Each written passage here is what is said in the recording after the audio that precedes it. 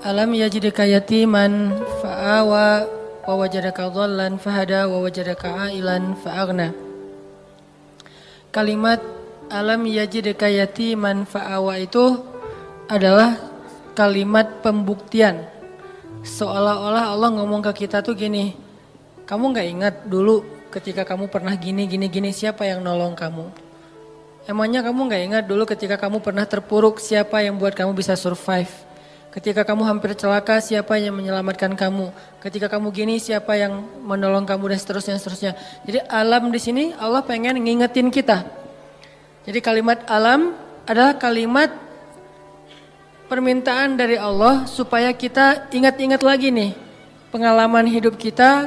Ada yang pengalamannya sampai ekstrim, second life misalnya, hampir celaka, terus bisa selamat. Ada yang pengalamannya masalah hutang, ada yang pengalamannya hampir bunuh diri tapi nggak jadi gara-gara diputusin. Ada yang macam-macam kan pengalaman orang mah ya. Nah itu kalimat alam yajidka yatiman, yajidka itu Allah mendapati kamu dalam status nggak ada apa-apa sebetulnya. Kita tuh awalnya nggak punya apa-apa, bukan siapa-siapa, nggak bermodalkan apapun. Allah yang fa'awa, fahada, fa'aghna. Itu terjadi kepada kehidupan kita masing-masing.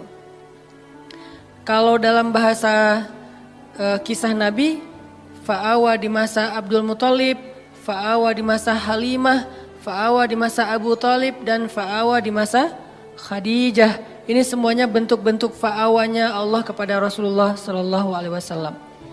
Kalau kita terjemahin ayat itu dengan kisah Nabi Musa, alam yajidka yatiman fa'awa, itu bisa teman-teman temuin di surat Toha dan surat Al-Qasas.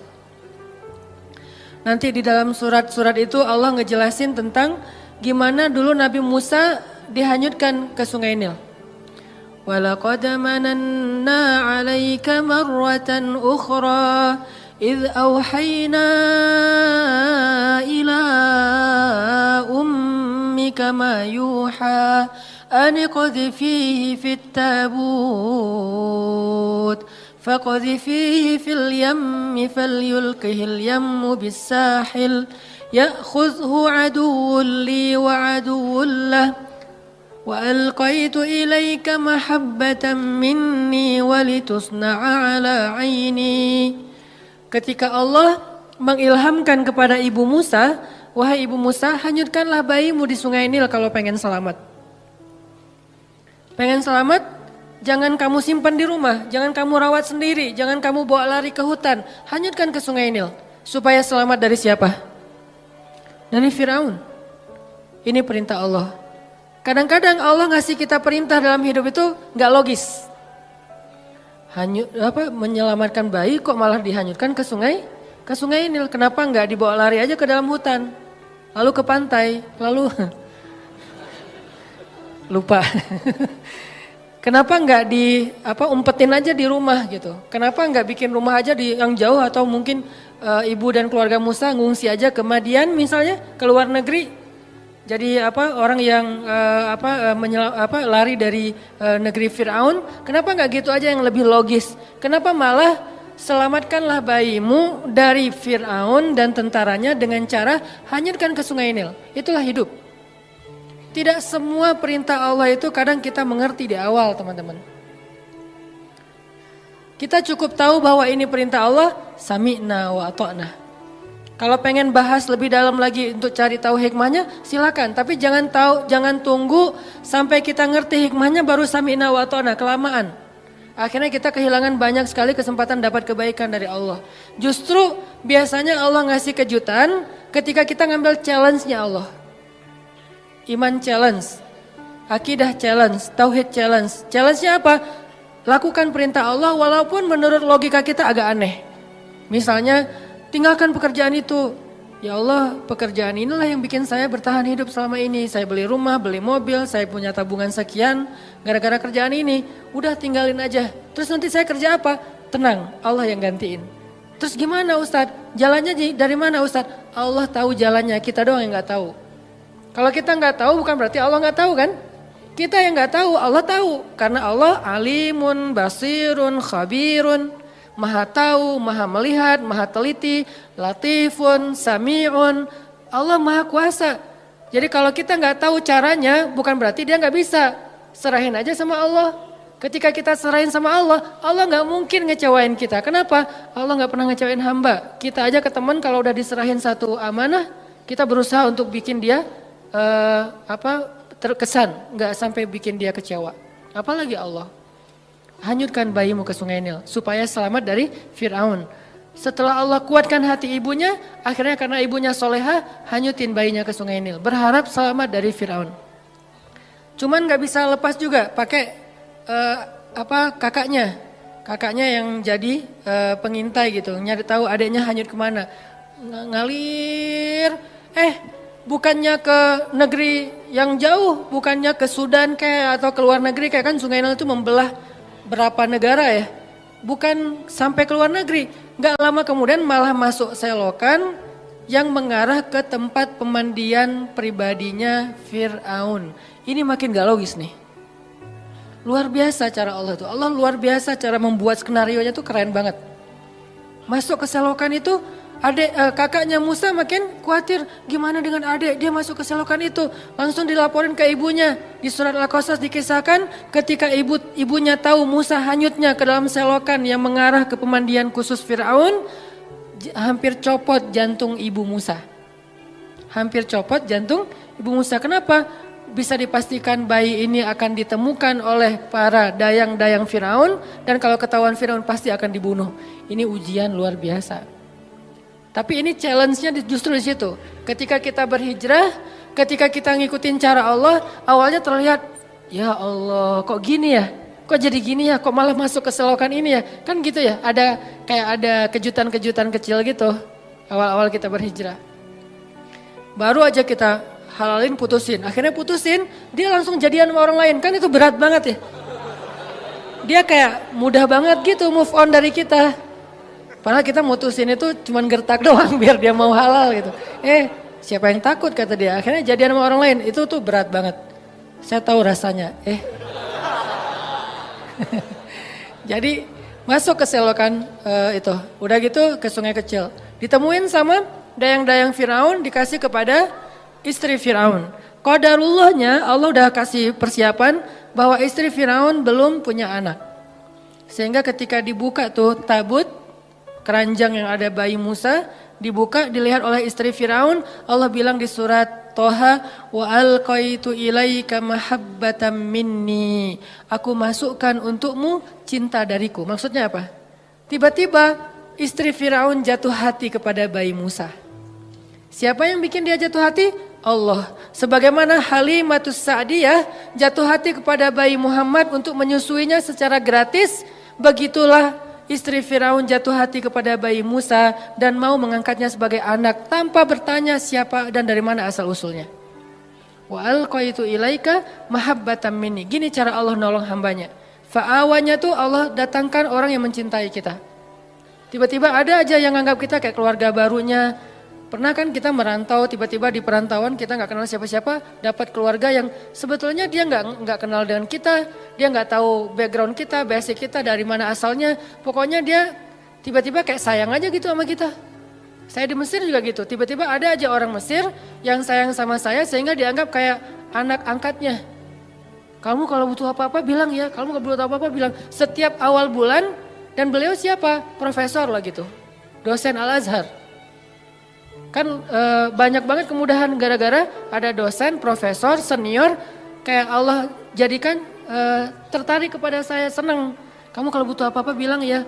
Terus pas awal bulan dapat gaji langsung datengin, nak kamu udah beli buku? Belum, kasih aja. Udah sih cuman kayak kurang aja gitu kan ya. Belum, wah ini beli buku, kasih beli buku. Terus kalau dia lagi panen, di Mesir itu namanya adas. Adas itu kayak kacang hijau kita tapi warnanya oranye.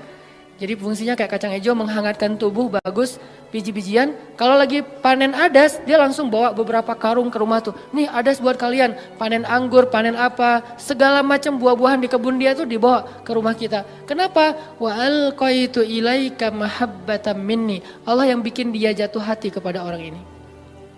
Sehingga akhirnya istri Firaun langsung jatuh hati kepada bayi Musa.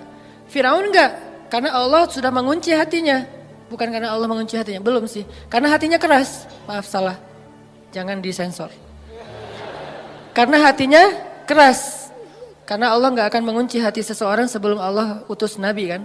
Karena hatinya keras, jadi dia gak akan bisa disentuh dengan cinta. Firaun tetap marah kepada Musa yang masih bayi. Ini pasti nih anak Bani Israel yang dibuang supaya nggak terbunuh nih. Gua bunuh nih sekarang. Jangan-jangan kata istrinya Firaun, dan dia ngebujuk suaminya dengan manja gitu. Gak pakai cantik sih, manja doang gitu. Akhirnya Firaun gak jadi ngebunuh Musa. Selamat Musa di satu adegan. Udah gitu gak lama kemudian Musa lapar. Musa kehausan. Wa wajadaka ailan fa'agna. Gimana caranya keluarga Firaun bikin audisi. Siapa yang bisa menyusui bayi Musa dikasih dinar, dirham, emas, perak. Dikasih tempat kedudukan yang tinggi di dalam istana. Punya gelar ningrat. Dikasih rumah di dalam istana yang sangat bagus. Dari sekian banyak perempuan-perempuan yang ingin menyusui Musa, semua ditolak sama Musa. Karena kenapa? Allah mengilhamkan kayak gitu kepada bayi ini. Padahal kan sebetulnya kalau bayi polos biasa aja asal ada yang nyusuin kan dia nyusu ya. Tapi Allah mentakdirkan Musa gak boleh nyusuin ke ini. Di antara sekian yang banyak audisi, yang terakhir justru yang diterima. Kenapa? Allah yang nentuin. Jadi gak masalah, ada yang datang pertama sebelum kita bawa alfat, bayarin aja. Kalau Allah gak mengikat hatinya, pasti ditolak. Walaupun modalnya, uang, apa segala macam. Enggak, tenang. Abu Bakar datang ngelamar Fatimah, ditolak sama Nabi. Kurang apa coba Abu Bakar? Tajir, soleh. Kan ideal banget ya. Ada yang soleh, gak tajir. Ada yang tajir, kurang soleh. Tajir, soleh. Tajir, soleh. Abu Bakar ditolak. Datang Umar, tajir, soleh, kuat, cowok banget, ditolak juga. Ali awalnya, aduh Abu Bakar aja ditolak, Umar aja ditolak, apalagi saya nih. Akhirnya kayak Ali cuma ngelewat doang depan rumah Nabi, lewat lagi. Dipanggil sama Nabi, Ali kenapa? Enggak ya Rasulullah gitu. Ali, kamu pengen menikahi Fatimah? Terserah sih. Akhirnya Nabi yang ngelamar Ali dalam bahasa ininya ya, adegannya. Walaupun secara resmi nanti Ali yang ngelamar Fatimah. Nabi kayak yang nawarin kepada Ali. Kenapa? Allah yang bikin kayak gitu. Jadi gak usah pesimis. Yang penting minta kepada pemilik hati. Ya Allah, kan hatinya bukan milik dia, milik engkau. Jadi saya mintanya ke engkau aja ya Allah, bukan ke dia.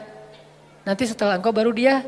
Sehingga pas kita datang kayak bukan tipe dia banget, bukan standar dia banget, tapi buat Allah kita standar dia banget.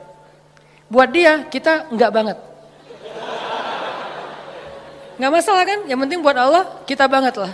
Begitu kita datang dia enggak bisa bilang enggak. Kok saya ngomongnya iya ya? Pengen bilang enggak tapi enggak bisa gitu. Ya udah deh, ya aja. Jadi aja. Setelah itu Allah masukkan hub, cinta sehingga dia mencintai kita mencintai dia karena Allah Subhanahu wa taala dan itu mubarak, diberkahi. Itulah istri Firaun. Akhirnya Musa tinggal di situ, ibunya tinggal di situ, kakaknya, tetehnya tinggal di situ, AA-nya tinggal di situ. Siapa AA-nya Musa? Harun. Semuanya sekeluarga tinggal di situ. Ini namanya alam yajidka yatiman fa'awa. Allah yang bikin skenario yang kayak gitu. Ismail juga kayak gitu. Kemudian Yahya alaihissalam juga kayak gitu. Maryam juga kayak gitu. Alam yajidka yatiman. Maryam kan lahir gak punya ayah. Bukan gak punya ayah. Ayahnya udah wafat kan. Imran sama anak yatim perempuan lagi itu. Siapa yang fa'awa Maryam? Wa kaffalaha Zakaria. Zakaria yang mengawakan Maryam. Dan Zakaria cinta banget sama Maryam. Walaupun itu adalah ponakannya, tapi seperti putrinya sendiri. Dan Zakaria adalah sebaik-baik orang yang merawat Maryam. Walaupun ayahnya soleh banget, tapi ada yang lebih daripada ayahnya. Ayahnya orang soleh, Zakaria nabi. Sehingga Allah ingin Maryam ini dirawat bukan oleh ayahnya yang soleh, tapi oleh pamannya yang nabi, yaitu Zakaria. Ini cara Allah teman-teman. Sehingga itu menjadi bukti ma wadda'aka rabbuka wa ma qala. Andalin Allah aja deh. Kita mau hijrah, kita mau ganti kerjaan, kita mau dapetin pasangan, kita mau punya anak, kita mau. Udah bilang aja sama Allah. Ada mau apa aja bilang aja sama Allah. Selama yang kita inginkan itu kebaikan, Allah malu untuk gak mengabulkan keinginan kita. Gak mungkin gak dikabulkan, pasti. Kenapa saya bilang pasti? Allah sendiri mengatakan, ujibu da'watad da'i idza da'an. Kalau ada yang berdoa sama aku, curhat sama aku, ujib. Aku pasti akan nge-replay, akan ngerespon, akan ngejawab, akan nge-read. Gak mungkin enggak. Pasti dibalas sama Allah SWT. Kalau teman, pasangan, geng gak ngebalas WA, biasalah itu. Tapi kalau Allah gak mungkin enggak. Pasti di-read langsung dibalas sama Allah. Cuman balasnya Allah apa? Kadang dibalas dengan yang sama persis dengan yang kita minta. Kadang dibalas dengan yang lebih baik dari yang kita minta. Yang enggak dikasih yang sebaliknya yang buruk dari yang kita minta. Enggak mungkin. Kalau enggak sama lebih baik. Antara dua itu. Dan dua-duanya untung. Alam yajidaka yatiman fa'awa. Nanti wawajadaka dhallan. Wawajadaka dhallannya Nabi. Mungkin teman-teman pernah dengar penjelasan dari Ustadz Abdul Somad. Saya pengen membandingkan aja. Kalau Nabi kasusnya kayak gitu. Pernah tersesat di sebuah perjalanan dari Mekah ke daerah Syam. Kemudian Allah tunjukkan jalan supaya sampai ke kota yang dituju. Nah kalau Nabi Musa pernah juga tuh. Kapan? Pas Nabi Musa gak sengaja ngebunuh orang Mesir. Orang Mesir berantem sama orang Bani Israel. Cuman orang Mesirnya kayak zalim gitu. Dia terlalu sombong. Akhirnya didorong sama Musa meninggal kan. Walaupun Musa gak sengaja sih. Dorong, kamu apa-apaan sih, mati kan. Musa juga kaget, kenapa nih? Gitu. Kayak gak sengaja gitu. Jangan-jangan setan. Akhirnya Musa bilang, ya Allah bukan kerjaan saya, kerjaan setan. Jadi boleh kan nyalahin setan. Bilang setan, salah saya apa? Ya salah kamu setan gitu. Ya. Akhirnya meninggal. Musa lari karena dia membunuh orang Egyptian, orang Kipti. Lari kemana? Gak tahu kemana. Cuman berdoa, ya Allah beri saya petunjuk dalam perjalanan ini. Jalan aja pokoknya kemana kaki melangkah deh ikutin aja tuh. Gak ada nih lihat Google Map dulu atau mau kemana dulu bikin itinerary dulu. Kayak kita trip atau traveling yang udah jelas tujuannya. Ada travel agentnya, ada budgetingnya udah segala macam. Enggak, pokoknya jalan aja kemana kaki melangkah ikut aja terus. Ini benar-benar dol namanya nih. Gak tahu arah. Tapi sampainya kemana? Ke jodohnya. Ke Madian, ke Yordania, ketemu dua orang cewek, lagi ngantri mau ngasih minum ternak, Musa nanya, ma khatbukuma, ada yang bisa saya bantu? Gak ada modus-modusan, beda dengan kita, kayak kenal ya, di mana ya? Enggak, kita gak pernah ketemu, saya yakin saya pernah ketemu sama kamu, di mana? Di dalam mimpi, modus banget kan ya. Musa nggak kayak gitu. Ya udah aja, ma khatbukuma, kalian ada apa? Apa yang bisa saya bantu? Dengan bahasa yang lembut ya, pastinya kan ngomong sama cewek nih. Masa ngomong sama cewek, ma khatbukuma, kan enggak ya? Nada khatib yang membuat kesannya jadi berubah. Kan kalau khatib berubah, kalau dia nggak paham ceritanya, dia akan mengatakan ma khatbukuma. Nggak gitu Ustadz. Gimana? Ma khatbukuma, kan lagi ngomong sama cewek nih. Musa orangnya santun, akhirnya kami nggak bisa ngasih minum ternak soalnya harus ngantri di belakang laki-laki. Ya udah saya bantuin. Musa langsung turun ke sumur. Ketika Musa turun naik ngasih minuman ternak dan itu ada puluhan ekor onta, ratusan ekor onta. Satu ekor onta aja minumnya udah banyak banget kan. Di situ kelihatan Musa itu kuat, gagah. Kebayangkan ngangkat air gitu, walaupun yang tadinya dia udah jaga-jaga nggak mau kelihatan ototnya kan kelihatan juga tuh pas ngangkat. Terus kayak pura-pura lipat baju gitu, nih kenapa ya angkat gitu. Terus kayak udah gitu selesai, Musa duduk di bawah pohon istirahat, si ceweknya pulang. Pulang cerita ke ayahnya, ayah tadi kami dibantu oleh seorang laki-laki, dia baik segala macam. Kata ayahnya, ya udah undang ke rumah, ayah pengen bilang makasih dan ngejamu dia makan. Musa di bawah pohon bilang gini, ya Allah saya lapar dan engkau sebaik-baik pemelihara. Ya Allah saya lapar tapi engkau yang maha penyayang. Ngadu ke Allah. Lapar bilang ke Allah. Mau ikhtiar gimana di negeri orang gak tahu di mana tempat makan. Dan gak bawa uang juga. Ya Allah saya lapar, engkau sebaik-baik penolong, pemelihara, pengasih, penyayang. Tiba-tiba cewek itu datang. Tamshi ala stihya, berjalan malu-malu. Gimana jalan malu-malu? Aduh gimana ya ngomongnya ya. Kalau bahasa kita mah ya, aduh malu mau ngomong. Tapi kan ini amanah dari ayah. Kalau kita mah pura-pura malu, kalau ini benar-benar malu-malu. Tamshi alas teh ya gimana ya caranya ya, aduh gimana ya atau gimana ya, terus maju lagi nggak jadi lagi mundur, maju lagi nggak lagi mundur lagi, nggak pakai cantik, maju mundur aja bukan. Sampai akhirnya datang, Mas kalau bahasa kita nih, Mang, A gitu ya. Ayah saya ngundang AA di rumah mau ngucapin terima kasih. Oh iya, hayu, jalan aja. Hayu nggak tahu bahasa Arabnya hayu apa. Jalan. Jalan sampai ke rumah, ayahnya ngasih makan, ngobrol. Kamu dari mana nak? Saya dari Mesir. Oh ya, negerinya Firaun. Ya, saya pelarian dari Firaun. Emang ada cerita apa? Kisahin, kamu orang baik, tinggallah di sini. Ya, makasih Pak. Setelah itu si bapak itu ke belakang kan. Ternyata si anaknya yang perempuan ngedengar pembicaraan mereka. Lalu ayahnya nanya, nak, laki-laki itu, bukan ayahnya, si ceweknya yang ngomong, ayah, kan ayah nggak punya pekerja yang bisa mengurus ternak, pekerjakan dia di rumah kita karena dia qawiyun amin, laki-laki yang kuat dan baik, amanah, baik. Ayahnya langsung ngeh, oh anak saya berarti ada hati nih buat laki-laki itu. Kok bisa gitu sih ayahnya kayak kegeeran gitu kan ya? Karena si cewek ini nggak pernah komen tentang cowok sama sekali dalam hidupnya. Sekali-kali dia komen cowok berarti ada sesuatu nih. Kalau sekarang udah nggak lagi kebaca sama ayahnya karena kita udah biasa komen. Kamu lucu deh, kamu apa. Jadi kayak sering komen jadinya biasa aja kan. Karena dia nggak pernah komen tentang cowok. Sekali-kalinya ada postingan cowok dia komen, itu sesuatu banget kan. Sekali-kalinya ada postingan cowok dia nge-like, sesuatu banget. Karena nggak pernah dia kayak gitu. Kalau kita periksa di list kontak handphonenya, itu nggak ada nama laki-laki itu. Cewek semuanya terjaga banget.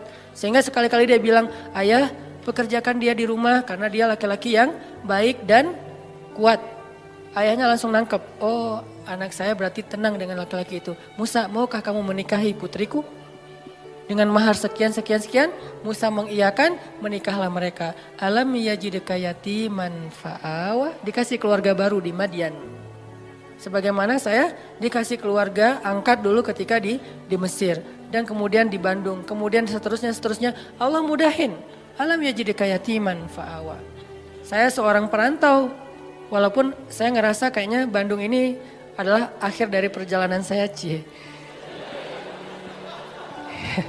Udah gak mau pindah lagi ya. Pokoknya udah love banget lah dengan kota Bandung ya. Hashtag. Jadi karena ngerasa kayaknya nih negeri saya yang ketiga, Aceh, Kairo, Bandung, udah aja selesai, udah nggak mau pindah lagi karena udah nyaman.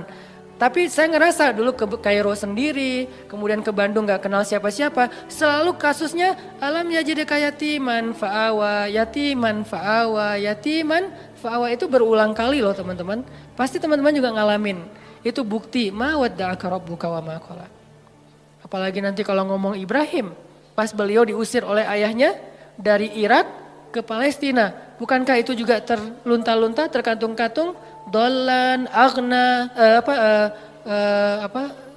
wajadaka ail. Jadi udah yatim, dol, ail. Udah gak punya siapa-siapa, bingung juga mau kemana, lapar gak punya apa-apa. Tapi kemudian fa'awa, fahada, fa'agna. Sehingga Ibrahim yang tadinya seorang dalam keadaan yang tidak tahu apa-apa datang ke Palestina. Sampai di Palestina Ibrahim menjadi orang paling kaya di Palestina. Apa ukuran kekayaan Ibrahim di Palestina? Ukuran kekayaan Ibrahim di Palestina, setiap malam Ibrahim menyembelih 100 ekor onta untuk para tamu. 100 ekor onta. Satu ekor onta harganya sebutlah 50 juta kali 100. Satu malam dia ngeluarin uang 5 miliar ya? 5 miliar benar? 5 miliar setiap hari loh teman-teman. Ada nggak di antara kita yang ngeluarin uang 5 miliar setiap hari buat tamu? Sehingga bisa dibilang Ibrahim itu bapak perhotelan dalam sejarah manusia. Dia yang pertama bikin konsep hotel. Hotel gratis tapi. Buat siapa? Visitornya siapa? Orang-orang yang mau berziarah ke Masjid Al-Aqsa. Ibrahim yang menjamu mereka, ngasih hotel dengan kualitas bintang 5, terus juga buffetnya itu udah free flow, setiap saat mereka bisa makan, dan satu hari minimal 100 ekor onta. Itulah kekayaan Ibrahim. Dan itu berarti Ibrahim menjamu sekian ribu tamu setiap hari, dan ini manajemennya gak gampang loh. pasti ada suppliernya, pasti memberdayakan bisnis-bisnis lokalnya. Jadi Ibrahim itu benar-benar bisa memberdayakan warga Palestina, semuanya jadi sejahtera dengan kerjaan perhotelannya di Masjidil Aqsa. Gratis semuanya, Ibrahim yang bayarin. Sekaya itu Ibrahim teman-teman. Padahal datangnya gak punya apa-apa. Fa'aghna, Allah yang mengkayakan Ibrahim. Semua cerita para anbiya itu sebetulnya bisa dikaitkan dengan alam yajidka yatiman fa'awa wa wajadaka dhallan fahada wa wajadaka ailan fa'aghna. Apalagi Adam, lebih yatim lagi kan? Jatuh dari langit, gak punya siapa-siapa. Satu-satunya yang dia punya itu juga gak tahu di mana. Kekasihnya Hawa. Bagaimana caranya? Allah yang menunjukkan mereka sehingga ketemu. Setelah sekian tahun mencari, akhirnya ketemu juga. Nah ini artinya teman-teman, ma wadda'aka rabbuka wa ma qala. Part ketiga yang akan kita tuntaskan malam ini, fa'ammal yatim fala taqhar wa ammas sa'ila fala tanhar wa amma bi ni'mati rabbika fahaddis. Kalimat 3 ayat terakhir ini itu kayak nerusin 3 ayat sebelumnya. Alam yajidka yatiman fa'awa fa'ammal yatima fala taqhar. Wa wajadaka dhallan fahada wa ammas sa'ila fala tanhar wa wajadaka ailan fa'aghna wa amma bi ni'mati rabbika fahadis. Jadi kayak pasangan-pasangan ayat. Bukankah Allah mendapatimu dalam keadaan yatim lalu Allah kasih kamu keluarga? Makanya kalau ketemu anak yatim jangan kamu bersikap semena-mena kepada mereka. Karena Allah juga mendapatimu yatim wahai Muhammad, sehingga Nabi Muhammad sayang banget sama anak yatim dan sangat dekat kepada orang yang sayang kepada anak yatim. Sehingga Nabi mengatakan, orang yang mencintai anak yatim nanti di akhirat bersamaku itu seperti jari telunjuk dengan jari tengah ini. Dekat banget. Jadi kita bakal punya rumah bersebelahan, satu klaster sama rumah Nabi. Kan seru banget ya. Punya rumah satu klaster sama rumah Nabi. Dan klaster itu klaster terbaik di surga. Yang satu butir debunya lebih mahal daripada dunia dan seisinya. Bukan 1 meter tanahnya. 1 butir debunya lebih mahal daripada dunia dan seisinya. Enggak ada lagi klaster wilayah tanah yang lebih baik daripada klasternya Nabi nanti di surga. Dan siapa yang sayang kepada anak yatim, yang sangat peduli kepada anak yatim di sini usia sebelum dia mampu berusaha. Kalau 25 tahun terus dia jomblo gitu, terus dia kayak gitu, itu modus ya. Ustadz, dia tuh masih yatim loh. Ayahnya udah meninggal sekian tahun, jadi saya kayak fa'awa gitu Ustadz ya. Ya boleh lah ya. Yang penting niatnya baik. Jadi siapa yang sayang sama anak yatim, nanti dia akan disediakan rumah satu klaster dengan Rasulullah SAW. Jadi dia kayak bertetanggaan gitu sama Nabi SAW. Ketemu sama Nabi, duduknya di sebelah Nabi. Ketemu sama Nabi, duduknya satu majelis sama Nabi. Ini fa'ammal yatima fala taqhar. Jangan semena-mena sama anak yatim. Dulu di zaman Nabi ada cerita seorang sahabat namanya Abu Lubabah. Abu Lubabah ini punya pohon korma di sebelah rumah anak yatim. Tapi dia gak rela gitu kalau kormanya dimakan sama anak yatim, korma yang udah jatuh. Sehingga satu hari anak yatim lagi makan korma jatuh, dari mulutnya diambil sama Abu Lubabah. Ini bukan punya kamu, ini punya saya. Dilaporin ke Rasulullah. Terus Rasulullah nawarin, ya Abu Lubabah, kamu mau gak punya kebun di surga yang pohon kormanya kamu berjalan di bawah naungannya 100 tahun belum keluar dari dahannya. Saking gedenya pohon korma di surga. Mau gak kayak gitu Abu Lubabah? Mau ya Rasul, caranya gimana? Wakafkanlah pohon kormamu untuk anak yatim. Gimana ya Rasul, itu pohon korma kesayangan saya banget. Itu saya ada kenangan gitu. Maaf ya bukan gak mau. Dia kayak beralasan gitu gak mau nyerahin pohon kormanya untuk wakaf anak yatim. Akhirnya Nabi gak maksa orangnya. Ya udah gak apa-apa, pergi aja. Tiba-tiba datang sahabat yang lain namanya Abu Lubabah. Dia bilang, ya Rasulullah ada apa Abu Lubabah? Tadi saya mendengar Rasulullah nawarin sesuatu kepada Abu Dahdah yang kedua. Ada apa Abu Dahdah? Saya tadi dengar Nabi nawarin sesuatu ke Abu Lubabah, tapi dia nolak. Ya, emang kenapa? Kalau saya ngambil itu boleh nggak ya Rasulullah? Boleh, siapapun, kebaikan itu untuk siapa aja. Ya udah, tunggu ya Rasulullah. Langsung dia pergi ngejar Abu Lubabah. Ya Abu Lubabah, ya Abu Lubabah. Abu Lubabah nungguin. Ya Abu Dahdah, ada apa? Kamu tahu kan kebun kurma saya di Madinah? Siapa yang tidak tahu kebun kurma milik Abu Dahdah? Satu kebun kurma ada 600 pohon kurma.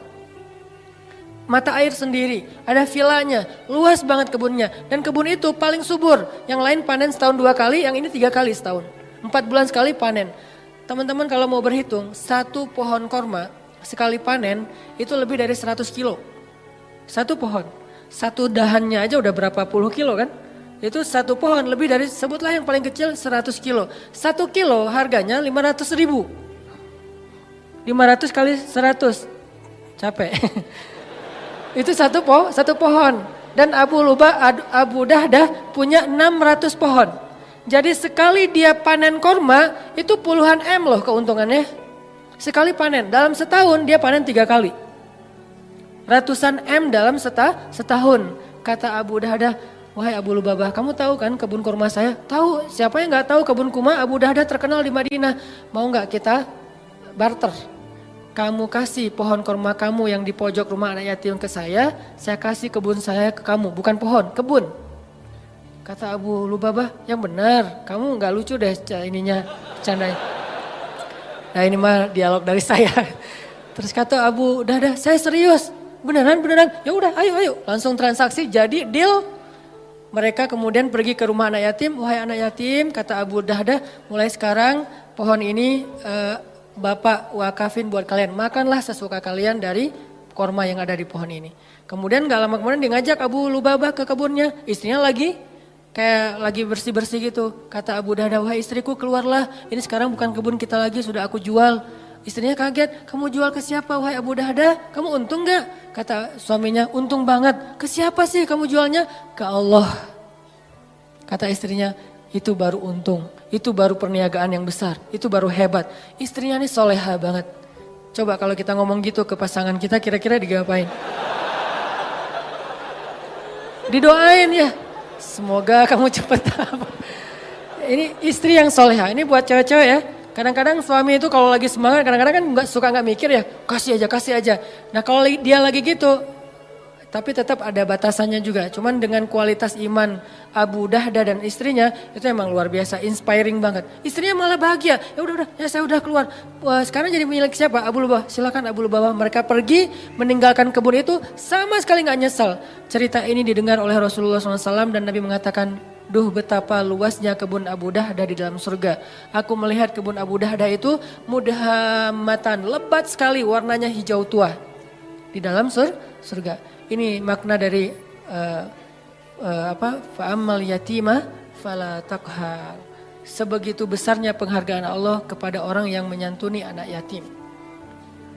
Terus angle yang kedua adalah al jaza min jinsil amal. Balasan itu sesuai dengan jenis amal. Jadi kalau dia pengen dapat fa'awa, alam yajidka yatiman fa'awa, pengen dapat itu, maka caranya fa'ammal yatima fala taqhar. Siapa yang menyantuni anak yatim, Allah santuni. Siapa yang menaungi anak yatim, Allah naungi. Siapa yang meringankan hajat anak yatim, Allah ringankan hajatnya. Al jaza min jinsil amal, itu berlaku di surat Ad-Duha. Jadi itu bukan kaidah fikih akal-akalannya ulama, karena ulama ketika membuat sebuah rumusan fikih atau persepsi fikih itu berlandaskan pemahaman mereka terhadap ayat dan hadis kan.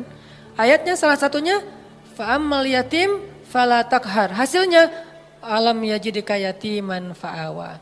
Wa ammas sa'il fala tanhar. Kalau ada orang yang nanya, karena ada dua tafsir nih. Ada yang bilang sa'il di sini orang yang meminta pertolongan, ada yang bilang sa'il di sini orang yang nanya jalan. Kalau ada yang nanya jalan ke kamu, lalu kamu menunjukkan jalannya, maka Allah juga akan wa wajadaka dhallan fahada. Makin sering kita ngebantu orang untuk menemukan jalan, makin sering kita dengerin curhat teman kita, makin sayang Allah untuk dengerin curhat kita. Maka sabarlah mendengar curhat temannya. Walaupun kadang-kadang emang capek sih, tapi sabarlah. Latihlah mendengar curhat teman, sehingga kita jadi seorang suami yang mau mendengar curhat istri. Nanti ketika kita udah nikah, Neng mau cerita, apa? Kayak semangat gitu kan ya. Iya tadi ada cerita sama teman-teman gini-gini. Kita jadi pendengar yang baik, bukan langsung kita patahkan. Kenapa? Karena udah terbiasa di kos-kosan jadi tempat curhatnya teman-teman sekos-kosan. Sampai ibu kos juga curhatnya ke kita gitu. Iya itu yang kamar sebelah suka telat aja bayar kos-kosan. Ya bu, saya juga gitu ya bu. Kamu gak apa-apa soalnya kamu udah dengerin curhat gitu. Ya pokoknya jadi orang yang wa ammasaila fala tanhar. Jadi kalau ada orang yang nanya ke kita, minta pertolongan ke kita, kita berusaha untuk membantu dia, Allah juga akan berusaha membantu kita. Contohnya Nabi SAW. Nabi itu kalau ada yang minta tolong nggak pernah nolak. Kalau beliau nggak bisa nolong sendiri, beliau akan cari orang untuk nolong dia baru ditinggalin. Jadi nggak ada yang datang langsung Nabi, maaf ya nggak bisa.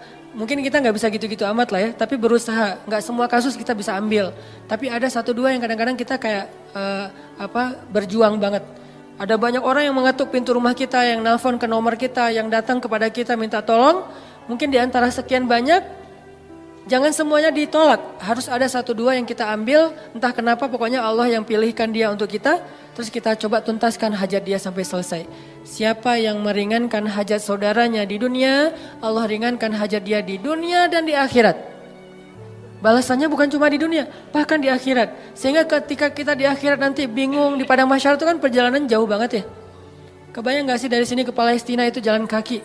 Kok Palestina Ustadz? Karena tempat berhisab itu adalah negeri Palestina. Ini salah satu keutamaan dari negeri Palestina itu adalah mim makanin qarib yang Allah sebutin di Al-Quran. Arti makanin qarib, tempat yang dekat itu adalah Palestina kata ulama tafsir. Sehingga nanti sidang Allah itu di padang mahsyar adanya di negeri Palestina. Negeri Palestina dari Indonesia jaraknya jauh padahal buminya masih segini.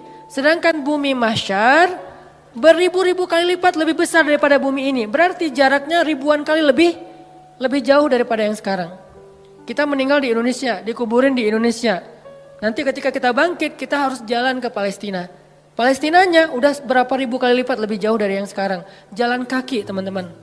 Gak ada petunjuk sama sekali. Arahnya sudah berganti, kiblat atau timur barat udah berubah. Gimana cara kita menemukan spot hisab? Susah banget kan? Kalau enggak karena Allah, wa wajadaka dhallan fahada. Dulu di dunia kita sering nolongin orang, sering nunjukin arah ke orang lain, sering bantuin orang di jalan, sering bantu orang ketika kesusahan. Allah bantu nanti kita di akhirat. Sehingga tiba-tiba dikasih kendaraan, kita kayak kasih tumpangan buat teman, itu enggak ada yang kelewat sama catatan Allah. Kamu kan dulu pernah ngasih tumpangan ke teman kamu pulang taklim. Padahal kamu pulangnya ke Padalarang, dia ke Cilenyi, kamu anterin dia dulu. Akhirnya balik lagi ke tengah, gak sampai Padalarang, nginep di TSB. Gak kuat gitu ya. Tadinya nanyanya sih kayak serius gitu. Pulang kemana saya anterin. Oh boleh. Udah aja naik motor kemana Cilenyi. Ngomong dari tadi. Kan beda arah timur dan barat. Nah kamu pernah ngelakuin itu di dunia, nanti di akhirat tiba-tiba Allah yang ngasih kita tumpangan. Dan tumpangan dari Allah sebaik-baik tumpangan kendaraan cahaya. Sehingga dari Indonesia ke Palestina itu hanya sekejap mata saja. Itu diantara makna dari hisab yang ringan, hisab yang mudah, dipercepat perjalanannya. Sementara yang lain masih kebingungan, ada yang jalan ke sana, ada yang jalan ke sana. Itu nggak ada yang arah loh, yang jelas arahnya. Jadi orang jalan itu acak aja tuh kemana-mana. Bisa ribuan tahun nggak sampai ke tempat hisab, belum dihisab tuh. Untuk sampai ke sana aja ribuan tahun. Kok malaikat nggak ngasih tahu sih kalau kita salah jalan? Karena kita di dunia juga nggak pernah ngasih tahu orang kalau dia salah jalan, dibiarin aja. Malah ada yang sengaja nyesatin lah gitu. Kalau mau jalan ke Dago lewat mana? Itu aja lewat ini nanti Gota Subroto tembus aja ke Soekarno Hatta, udah gitu Buah Batu terus aja ke sana. Itu mah Banjaran ya.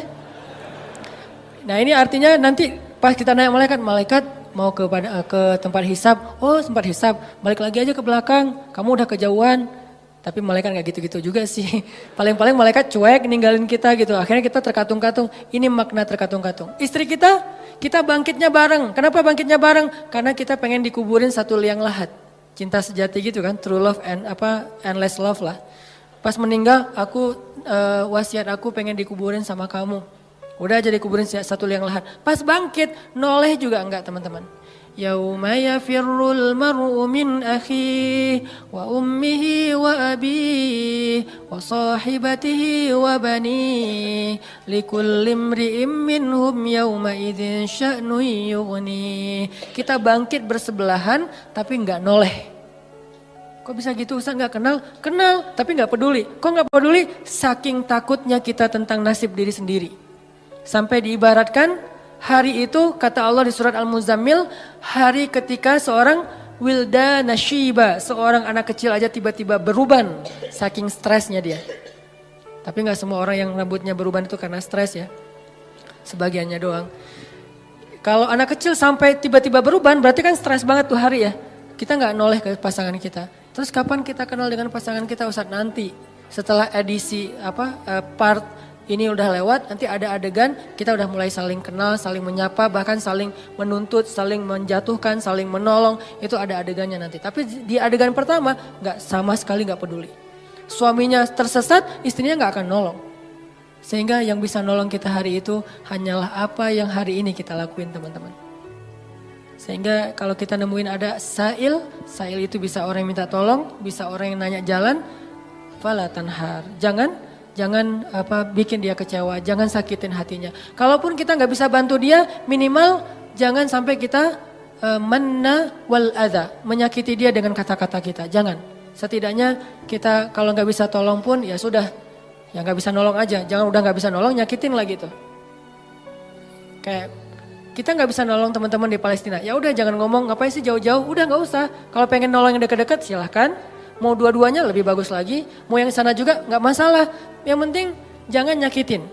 Jangan kita beranggapan bahwa yang di Palestina itu jauh nggak perlu ditolong, yang di Suriah itu jauh nggak perlu ditolong. Padahal kondisi mereka itu luar biasa memprihatinkan, bahkan dahsyat sekali keadaan mereka. Tapi kita udah nggak nolong, ngomong lagi. Jadi kalau mereka dengar kasihan, perasaan mereka kayak gimana gitu. Ya udah jangan. Termasuk orang di sekeliling kita, keluarga besar kita. Kadang-kadang ada kakak adik kita yang minta tolong. Kita kayak sebel gitu sama dia. Giliran butuh aja lo minta tolong. Jangan, udah aja diem. Kalau kita gak mau nolong atau gak bisa nolong, diem aja. Kenapa? La tanhar.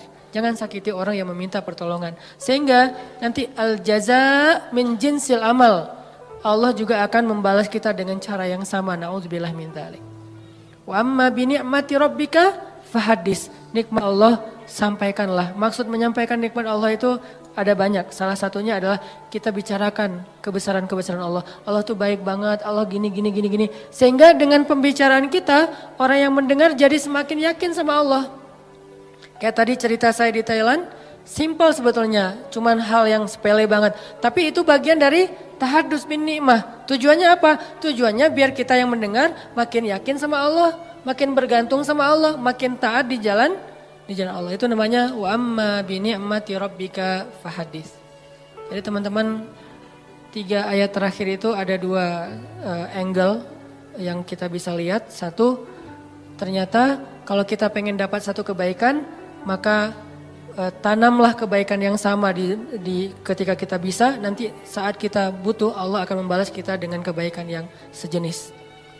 Saya pernah cerita dulu saya di Kota Baru Parahyangan, habis taklim malam-malam gerimis, saya pulang pakai mobil, ngelihat di jalan ada ibu-ibu sama anak gadisnya lagi jalan kaki. Kota Baru di Masjid Al-Irsyad itu kan ke jalan raya jauh ya. Dan malam-malam gak ada damri, gak ada angkot, gak ada ojek. Beliau jalan kaki berdua, gerimis lagi tuh, pakai payung. Saya waktu itu tinggal di Cihanjuang, saya mau keluar dari masjid ngelihat ada ibu-ibu sama putrinya lagi jalan. Saya samperin, Bu, butuh tumpangan. Oh boleh Ustadz, mau kemana? Mau ke depan. Ya udah ikut aja. Karena saya nggak bawa pasangan, mereka duduk di belakang. Itu etikanya ya. Jangan duduk di depan, nanti jadi fitnah. Udah aja duduk di belakang. Dan itu tidak menghina. Oh jadi kayak supir dong, nggak apa-apa. Karena demi menjaga fitnah. Biarkan dia duduk di belakang berdua, saya di depan. Kalau ngomong, ya ngomong aja. Sesekali ngelihat ke menghargai. Dia cerita, Ustadz tadi saya ikut talim Ustadz, oh Masya Allah ibu jadi ikut talim, terus tadi gimana kesininya? Naik damri, soalnya kalau sore itu masih ada damri, saya masuknya pakai damri. Pulangnya biasanya jalan kaki, biasanya, berarti udah beberapa kali itu. Oh gitu, maaf ya saya nggak tahu, ya udah dianterin. Sampai di depan, jadi kayak nggak enak hati gitu diturunin di jalan ya, nggak tuntas kan. Udah saya tanya, ibu rumahnya di mana? Masih di daerah Padalarang gitu, daerah Cimareme, agak turun dikit. Ya udah saya anterin aja ke rumahnya. Enggak ngerepotin nih Ustadz, enggak. Padahal biasanya saya langsung masuk tol kan. Keluar Baros cepet. Ini ngelewatin Cimareme kan macet-macet gitu. Enggak apa-apa saya anterin. Ya udah sejalan, padahal enggak sejalan sebetulnya. Saya harusnya ke tol. Dianterin sampai ke rumah, kan sepele banget kan. Udah sampai ke rumah selesai, pergi aja. Besok-besoknya sebulan kemudian saya naik jembatan Pasupati itu ke arah Paster. Ban motor saya bocor. Pas di atas, bukan bocor, habis bensin. Saya lagi tight banget jadwal hari itu, nggak sempat ngisi bensin. Saya pikir mesti sampailah ke pasar, kan ada pom bensin tuh. Paksain aja, pas di atas, pas habis. Mati aja. Saya dorong, baru berapa detik saya dorong, tiba-tiba datang anak muda, nyamperin, Mas mau di step gitu. Oh boleh, di step aja mana didorongin. Pakai motor dia sampai ke pom bensin, akhirnya saya bisa ngisi bensin. Saya jadi teringat, dulu saya pernah nolong orang di jalan. Sekarang Allah nolong saya di jalan. Dan itu timingnya tuh pas banget. Kalau dia lebih cepat sedetik, udah gak ngelihat saya di belakang. Kalau saya lebih cepat, lebih lambat sedetik, dia gak ketemu. Allah yang bikin timingnya, saya pas habis bensin dia datang. Kalau saya lebih cepat setengah jam, saya udah sampai ke pom bensin dorongnya kan ya. Gak ketemu dia, jadi pas banget baru berapa detik dorong dia datang. Dan dia, maaf lupa saya ceritanya, bukan di step, dia bawa selang gitu kan. Saya lupa ceritanya, dia bawa selang bukan di step, berarti 2 kali kejadiannya, 1 kalinya di step, udah kebiasaan gitu. Pasti ada yang nolong lagi nih. Kan saya kemarin habis nolong orang, GR gitu kan sama Allah. Benar ada yang nolong, jadi ada yang di step, yang ini bawa selang. Kan jarang banget ada anak muda kemana-mana bawa selang gitu kan. Pak kenapa? Dia ngelihat ban nggak kempes, habis bensin ya? Iya di sini saya ini. Dia sedot, terus masukin hanya untuk bisa sampai ke pom bensin. Kan itu jarang banget, mungkin 1:1000. Dan pas lagi timingnya, Allah yang membuat seperti itu. Kalau orangnya ada di sini atau nonton, barakallah jazakallah khair. Sering saya cerita nih, benar-benar jadi kebaikan buat dia. Artinya teman-teman benar-benar al jaza min jinsil amal. Balasan itu sesuai dengan jenis amal. Kalau kita pengen dibalas, ya Allah mudahin dong cara saya untuk dapetin jodoh. Mudahin orang lain untuk dapetin jodoh. Caranya gimana? Jadi mak comblang mungkin. Atau nemenin dia curhat mungkin. Atau nemenin dia ngelamar mungkin. Kita yang jadi, Pak dia tuh sahabat saya banget, saya kenal banget dengan dia Pak. Wah pokoknya aman lah Pak, dia orangnya bertanggung jawab. Kita promoin dia, sehingga nanti Allah yang promoin kita di orang lain. Pokoknya mau apa, cari amal soleh yang sejenis dengan itu. Saya pengen jadi orang kaya Ustadz. Ya udah, tolong orang lain ketika lagi butuh modal atau apa. Saya pengen nikah Ustadz. Ya udah bantu dulu temennya untuk mahar. Nanti Allah ganti mahar yang buat kita. Atau kalau nggak mahar mungkin hantaran. Karena kadang-kadang kan hantaran itu apa? Seserahan ya. Seserahan itu kadang-kadang lebih gede daripada mahar kan. Mahar anak saya sih nggak banyak dek. Soalnya kan kata Nabi mahar jangan tinggi-tinggi. Berapa Pak? Ya udah 1 gram aja. Oh tapi seserahannya ya berapa? 1 M juga nggak apa-apa. Si bapak teh. Seserahannya yang gede. Jadi kita bikin stres gitu kan. Nggak apa-apa, ambil aja. Jangan menyerah ketika ditawarin 1 M, 10 M, 100 M. Ambil, itu angka gede di kita tapi kecil di Allah loh. Jangan pikir kita yang bakalan bayar, Allah yang bayarin. Dek, maharnya standar biar nggak beda sama kakaknya ya. Bukan bapak mau mempersulit adik, bapak tahu adik penghasilannya pas-pasan. Ini bapak menghina atau lagi apa sih? Tapi emang biar dia nggak jauh banget, nggak jomplang banget sama kakaknya. Kakaknya dulu sih 3 M, dia 2 M juga nggak apa-apa. Boleh Pak? Kamu sanggup? Insya Allah Pak. Kerja apa? Allah yang kasih kerja. Gitu, semangat. Siapa tahu nanti setelah kasih saya waktu 1 tahun Pak. 1 tahun? Ya oke 1 tahun. Bekerja semaksimal mungkin 1 tahun.